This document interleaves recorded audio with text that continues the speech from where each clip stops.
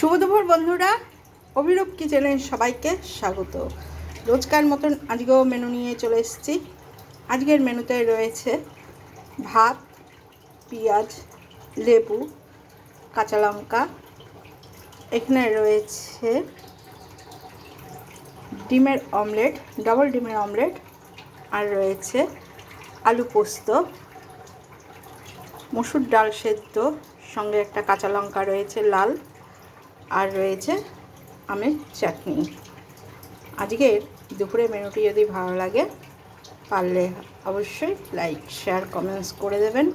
যারা ইউটিউব থেকে দেখছেন তারা সাবস্ক্রাইব করে আমার পাশে থাকবেন, আর যারা ফেসবুক থেকে দেখবেন তারা সাবস্ক্রাইব করে আমার পাশে থাকবেন। অশেষ ধন্যবাদ।